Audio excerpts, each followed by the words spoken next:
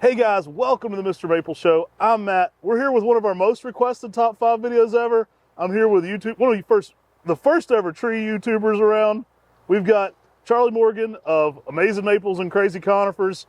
How long have you been doing YouTube about plants for one? I think you're probably the first guy most people ever saw talking about Japanese maples on YouTube. Yeah, about 2011, 2010, I think is when I first put my first video on. And as I have said in there, they were really just reference videos for me to see the plants. I didn't talk, I didn't do anything. I just shot the videos and just kept posting them because nobody watched them back then. I think some of your original videos probably sold more trees for the rest of the industry than anybody out there, though. So we all owe a special thanks to this guy. I think it really helped popularize what was new. I got referenced all the time. People say, hey man, have you seen this guy's video? So I know it's out there with the collectors. How long have you been into Japanese maples? How long has this been a passion for you? So I started Amazing Maples in 2007 as a whim. Everybody kind of were like, this isn't going to work. But to me, it worked because I saw the opportunity to sell large trees. And that was the thing, is that when I first started buying, I was buying little ones and I wanted instant gratification. So I went out looking for instant gratifications. And so the first place that was able to take me on for trees was Buckholtz Nursery. So I had a kind of an awkward, long conversation to convince them to sell trees to me, even though I didn't have a nursery at the time. Hey, we're glad to continue that on now. I'm excited about that. And everybody said, if you're going to this area, you got to get Charlie in the top 5. So by far our most requested one I think we've ever had here. So there's a lot of people excited to see this. All right, so let's get right into your top 5. What do you have at number 5? At number 5, I've got Agi Shagui. Ooh, that's a good one. Yeah, I really like Agi Shagui for its kind of like chocolate brown, purple colors. Again, it's a very unique tree. So when you see it in the garden, it's going to stand out besides all the other trees. One of the best spring interest plants too. I mean, it comes out, I don't even know what color you call that, like lavender sometimes. It's crazy. Yeah, it's a really nice kind of, strawberry-ish color. In this region, it's really got a lot deep strawberry. Perfect size too. I mean, a little smaller than a lot of the Ghost series. Yeah. It's in a lot of spots for a lot of people for that reason too, it seems like. Yeah, in my case, I got some original ones from Talon that were about 7-8 feet tall, and I've actually chopped them all down to a lower size. Nice. Because they had no lower growth. And the tree is really best when you've got it at a eye level at this size. So keeping that tree smaller keeps a much better interest for color. I think he was probably the first one with it in the United States. You probably have some of the oldest ones. Oh yeah, I got the original one. The first one that he sold was about this tall. It was really nice. And it was a lot of fun. I remember going to his nursery and he had just rows of these little guys. They were like 2 leaves, 3 leaves, and it was just this brightest strawberry color. It was a great tree. Incredible. All right. Coming in at number 4, what do you got? The next one at 4, we've got Gagon Wild. Oh, good choice. Good choice. Again, another small tree.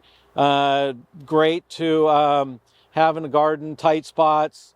Why I like that tree so much is, as most trees in the summertime get kind of a dull color, the Gagon Wild or Shiraz will come out with much more vivid colors. It will keep getting more and more vivid colors, and the more sun you put it into in this region, the brighter pink it gets. Now, I'm not familiar with it down south where it's done excellent for us with a good bit of heat. I mean, we're in North Carolina, so we get by with everything in full sun, but a lot of our customers are further south. Yeah, it does pretty good for everybody. It's surprisingly heat tolerant for a pink. Well, that's great. Yeah, no, I'm real happy with that one. All right, y'all, coming in here at number 3. That we're going to go with Baldsmith. Baldsmith again is it's a kind of a old tree. It's an older variety. It's kind of funny because some of the nurseries actually stopped growing it because they didn't like the name, and they switched to Chantilly lace, which is very similar to it, but the Baldsmith has a little more aggressive growing, a little bit taller growing, so in a mature tree, it provides a great sculpture. Yeah. So, you know, it's one of those trees where everybody goes, I want that shape. And that's the tree that gets that shape very much faster than others, but doesn't do like a Tamukiyama or some of the others where it gets too wide. And then its fall color is just, you know, top of the charts. Right, right. I've had that one sneaking into a lot of top fives lately. So everybody's kind of getting on to the, like that one being so premium for that kind of pink spring color too. Oh yeah, I mean, it looks so different with all the other lace leaves. It's yeah. What the heck is this thing? And then it really just keeps showing out. Yeah, and it's really funny is that I was telling the story to Alan yesterday. Is I had one that was parked underneath a big tree, and it had the best shape of all the trees that I had bought. I bought 3 of them from another nursery that were all mature, and it was sitting under a tree. And I kept telling people that's the one to buy, but they kept buying the one that was back in the sun Right. because it had always that beautiful pink red coloration. Right. So yeah, the more sun you get that, the better it is. All right, heating up, getting harder. Number 2. What's your number 2 maple? Number 2 maple, we're going to go with Sister Ghost. Okay. Sister Ghost is, you know, is another great smaller tree, beautiful coloration to it. That tree in our region is sun. I can have it in full sun. I've had it out there. It didn't burn, which is really good. Most people probably know, but where are you gardening from these days? Northwest? Yeah. Pacific Northwest, yeah. So most people probably follow your channel if they already know. But Yeah. I'll tell them in case he's in the Pacific Northwest up here. So yeah, we're in a little that one in full sun. Yeah, we're a little bit. Our full sun is not quite full sun like Texas. Yeah, that's for sure. You know, that's you know, I get questions like, you know, what do you think of this? And I'm like, well, try it, right? You know, I don't grow them down there, so I don't know what it is. But up here, it's been very good in the full sun. If you can get it into afternoon shade, of course, it's going to be better because the more shade you get it, so to speak, the whiter it gets. Great fall color, that one too. Great fall I've got color. some really nice yellows to oranges some seasons. And oh yeah, it's fabulous. I've got one back in my last one, as I said in my video, and once I sell that, I can't get it. It's a hard tree because it doesn't like to grow up fast. So it's one that when I get one in, it takes me about 5 years to sell it because I have to just hedge prune it back to short limbs that are standing upright because it will droop down.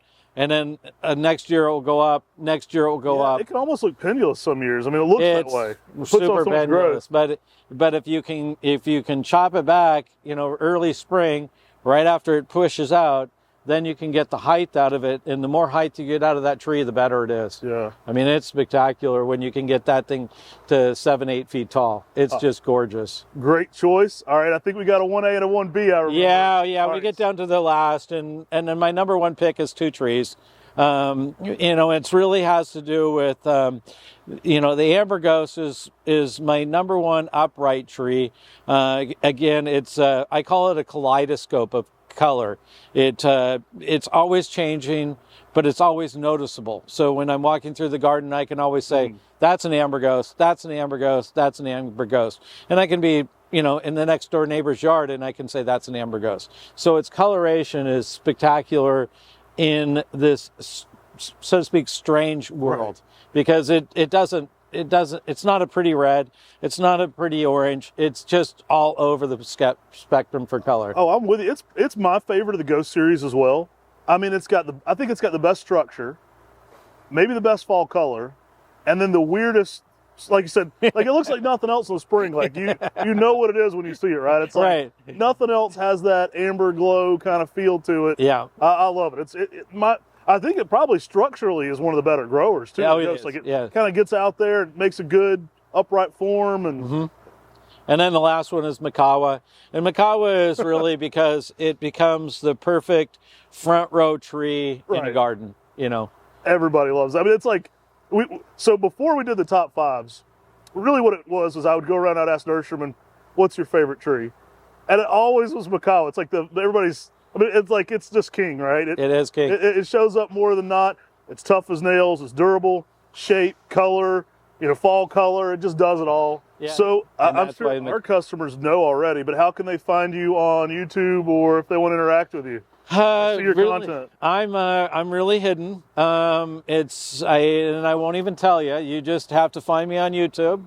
I'm out there under Amazing Maples, and there's a sneaky way that if you look hard enough, you can find me. But I think you're probably the original maple YouTuber. I mean, we were doing a few videos back then, but nobody was doing as many videos early on as you, and showing people cultivars, walking them through his amazing gardens. A lot of people have already visited you that probably watch our channel because you have put out videos for years and really cool stuff. We were talking a little bit earlier. I know you went amazing maples, then crazy conifers. What's your next kind of passion? We dabbled into it maybe a tad, but it's that hidden little world of bonsai. So that's the OCD in me. So my OCD of buying is over because I can't really duplicate what I've done in buying all these large specimen trees. And so I've moved to something smaller in the bonsais. Well, Charlie, thanks for being on the show here today. Well, thanks and for man, coming. we appreciate you. Always fun. I think it's probably been since like 2011 since we got to one of your gardens. Yeah. Always fun. Corbin's shooting a walkthrough, so stay tuned. We'll have some footage from this amazing place as well if you haven't seen that one already. But man, thanks for all you do. Take care. God bless, and have a great day.